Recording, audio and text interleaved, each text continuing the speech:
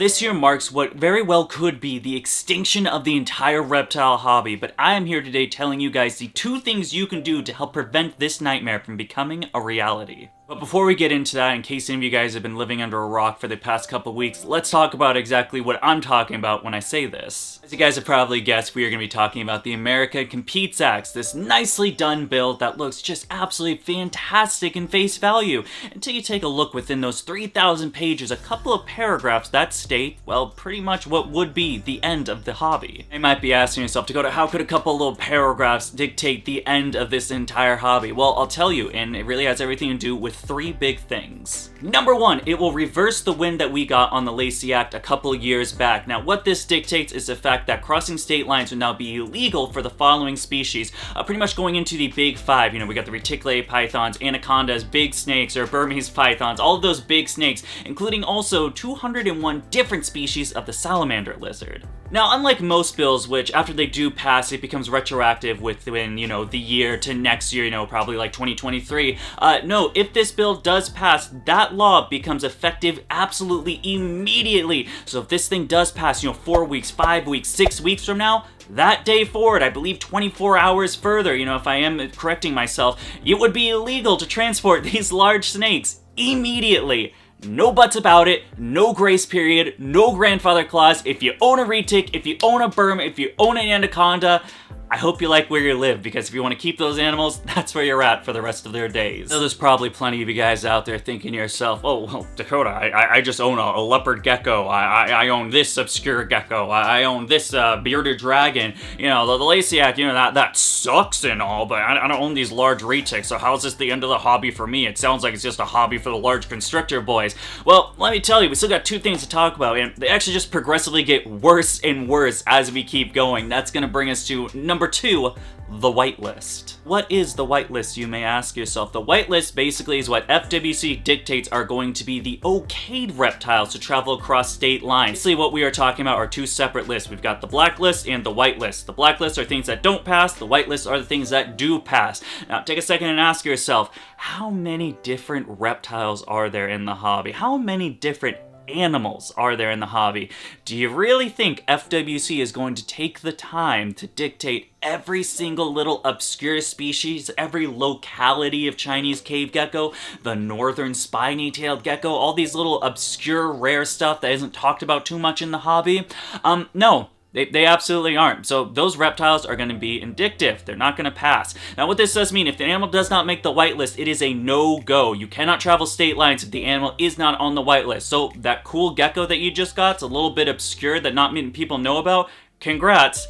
Once again, hope you like where you live, because if you want to keep that animal, you ain't going anywhere. Okay, Dakota, that does sound a little bit more scary. I gotta say, I'm a little bit more intimidated, but I mean, come on. They're probably just gonna ban the big scary stuff, the venomous, the large lizards, they'll never come after things like my ball python or my crested gecko. That just wouldn't make sense. It's just about, like, the dangerous animals, right? At this point in time, I can't comment too much about that, because I have no idea what the whitelist is gonna be. It hasn't even drawn up, there hasn't been even thoughts or mention of it, just the fact that the whitelist would become an actual thing if this bill does pass. However, what I can tell you, if FWC is committing what can be on the whitelist, stems straightly from the fact that if it can survive anywhere in the United States, it won't make that list. So if you're over in, let's say, the New England area, New Hampshire, Delaware, Vermont, you're over in Oregon, whatever, and your animal can live in Florida, crested geckos can, chameleons can, ball pythons probably can, no problem. Well, congratulations, this is a federal ban, so if it can survive in Florida, you can no longer, that bill is still going to be effective with stuff like Vermont and Delaware, which means, once again, cannot travel state lines with it. Into the last part of this bill, which is absolutely the most detrimental thing and really just an infringement on American rights altogether, and that's going to be Number 3, the emergency meetings. Now, I'm gonna be honest, your boy ain't the sharpest tool in the shed. I don't remember all the yiggern and jargon that is, but I can just sum it up for the stupid people like myself out there. Basically, what this is stating is that FWC now has the power to dictate what animals can be put and removed on the whitelist without going through the proper rights and channels. So we're talking about going through Congress, going through the Senate, getting these things passed. That is no longer the case. FWC now will hold that full power in order to dictate what can and cannot be on the list in any point in time. Draw up a quick example for you guys. If ball pythons did make the whitelist and you guys are good to go, hey, maybe there's one day where a small population of ball pythons make it to Florida, FWC notices that and they're like, yeah, you know what? We're taking those bad boys off the list. No power whatsoever when it comes to going through the proper channels. They're not going through Congress. However, FWC has that full power in of themselves in order to take that animal off. And congratulations, within that short time period that they decide to nick that off of there, you are now a felon if you're planning on transporting that animal through state lines. No ifs, no buts, it just is what it is. That is what makes this bill so absolutely terrifying to people like myself and thousands of other people that are working as a career within this industry. Here's the thing, folk, this is not just a reptile exclusive bill. Something that I really haven't mentioned is the fact that this affects all exotic animal trade. We are talking about basically anything that not is a dog, a cat, or your regular domesticated livestock, you know, sheep, goats, cows, whatever you have that with that. If it's not one of those, we're talking hamsters, guinea pigs, and beyond to monkeys and tigers, this bill will affect you. In of itself, that goes much farther than just the average breeder, the average pet store. Now we're talking about pet stores all across the land. We're talking about zoos, we're talking about conservation, sanctuary, rescues. All of these places are going to be affected if this bill does end up passing. Big cat people, primate people, fish people, bird community, inverts, arachnids, reptiles, frogs, all of these people are going to be affected with, once again, this tiny little couple of paragraphs snuck into this over 3,000 page bill that was being submitted. The absolute devastating magnitude that this bill will have on the exotic community, it's mind-numbing. I can't even fathom that this is really happening. The fact that so many places will be closed down. The entire reptile hobby within of itself would borderline be, it's an extinction event when it comes down to it. This thing would affect so many different things. Then we're talking about, oh, well, Dakota, you know, you just can't cross state lines. So that means the breeders are out. And if the breeders are out, that means the feeder people really have none of these large corporations or large businesses being able to take these massive orders. So the feeder industry is going to go out of business, which effectively means that if you want to sustain any type of collection, you now have to breed your own insects. How many people are able or even willing to breed their own roach supply, their own cricket supply, their own worm supply? Not that many, because you still need a very variety and versatile diet for that reptile to keep it thriving within those big things. That would be diminished. The hobby would just... God, I can't even believe that this is actually happening. Entire captive bred species would effectively be wiped out. If you have these rare and obscure stuff, let's take the northern spiny-tailed gecko, a very aspiring gecko that I'd like to have within my projects. I don't know that many other people in my state that also have a northern spiny-tailed gecko, and if I just have one male, one female, or if I'm lucky enough to have a pair, that's all that's gonna be there in the state of Maine, which means the genetics, the gene pool that is within that species in this state is so shrunken. Within the 5, 10, 15 years, we're gonna start seeing the effects shown with that small gene pool, and just inevitably, it's gonna be wiped out. The animal's not gonna look like it's supposed to when we're just line breeding it back to back to back, because that's all we can really do at this point in time. Now, I know there are still people out there that are going to be saying, oh, Dakota, it'll never pass. This is just too wild of a bill. There's no way this thing can go forward and move forward. It's going to get killed. It passed. It's gone through Congress. It is now, so basically there's a three-step process. It gets through Congress, then it needs to get through the Senate, and lastly it needs to be signed off by the President of the United States. Now, with a bill called the American Competes Act, and some of the roughness and maybe not well of reputation that our current president holds, the likelihood that the president would not sign off on a bill stating like this, it's minimal, it's minuscule, it's gonna pass if it gets to that point, which means we only have one last opportunity, and that is to kill this thing in the Senate. This bill is happening. This bill is moving forward. It has moved to the next stage. It is 33% there to become actual law. I don't know what more I can say to really, drill this into some people's head, because there's a lot of knuckleheads out there. There's a lot of thick skull people that are just continuing on this sentiment that, this bill's not gonna happen. There's no way.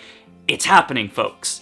We need you to come together just for a couple of seconds. We just need to group together for a couple of seconds and make sure it doesn't pass. Go on your squabbles later. I really don't give a shit what you guys do with your lives, but just hear me out. Just a couple of minutes. Just take a couple minutes out of your time and make sure this thing doesn't pass. You can go through your obfuscatory stuff, loose substrate versus sterile, whatever. A couple seconds is all we need for everyone to just come together as one and voice their opinion as a hobby that we want our hobby to keep going and we don't want it destroyed. Getting down to the bread and butter, what can you actually do to prevent this bill from happening? There are two big things that you're able to do to make sure this thing is killed. Number one, contact your local senator. Now, USARK has made this extremely easy, which it's dummy proof. A monkey could do this stuff. It takes 2 minutes out of your time. You don't gotta get out of your butt. You don't gotta get off the couch. You can do it straight from your phone, boys and girls. Right after this video, or even right now, just head over to USARK. It's gonna be the only link down there in the description. Click on it, and they have a list by list things of what you can do. They have a website that you can find your local senator. They have an entire copy and paste little letter you can send. They've got talking points you can talk about your senator for. All these things make it so easy for you to do what you need to do in order to save this hobby. This isn't possible for you. Let's say you're actually, out of the country, you're somewhere in Canada, Europe, the United Kingdom, but you still don't want this thing to pass. There is still stuff you can do, and that's going to bring us to the second point. Donate to USARK. USARK needs all the help they can get in order to fight this bill, and a great way to do that is contribution with finances. It makes it very easy, folks. The bottom of the line is the bronze membership is $5 a month. The cost for one of your fancy Starbucks coffee that you probably get every single day, or maybe you're a Dunks boy like most of the people over here in New England, that would be coffees every 2 days. It's costs like that to protect your rights as reptile. Could you imagine the magnitude of effect that we would have if every single reptile keeper was willing to contribute 5 measly dollar bills in order to keep their rights? The magnitude would be absolutely magnificent. We'd be a force to be reckoned with. But that's not the case. Most people don't want to do it. I don't understand why. Me, myself, personally, I've been a member with USARK ever since I first heard about the Florida Tegu. Looks like I was rambling a little bit too long. My memory card fell up with storage. But basically what I'm getting at, it can't just be the tycoons helping out. It can't just be the mid to small level boys like myself helping out. We need everybody to get on here, donate to USARK, contact your local senators to make sure that this thing is squashed in the Senate, and to make sure this absolutely nightmare does not become a reality. Terrified, guys. I am truly and honestly terrified of what the future holds. This bill would kill that. This bill would kill myself and thousands of other people with me, their ability to work with animals as a full-time career. What do you say, folks? 2 minutes of your time going down to usark.org. I have the link in the description right down there for you folks. Click on it, locate your local senator, you email them, just copy and paste, email it, talk to them, give them a call, talk about the talking points, they level it out. It's all there for you guys. It's real easy. I hope you guys will do that for me. It would really mean a lot. Make sure to get that done. Let's hope this bill does not pass. I've been losing hair over this thing. I'm absolutely terrified. You guys are coming on, taking a chance on this video. I know we've been talking about USARK a lot. We're going to continue talking about USARK a lot in this bill until it does get squashed, and then we can go on to our regular broadcasted shows. But as always, thank you so much for taking the time of your day to follow us over here at DBCB Exotics. Make sure to go down to that link. We'll see you next time. Goodbye.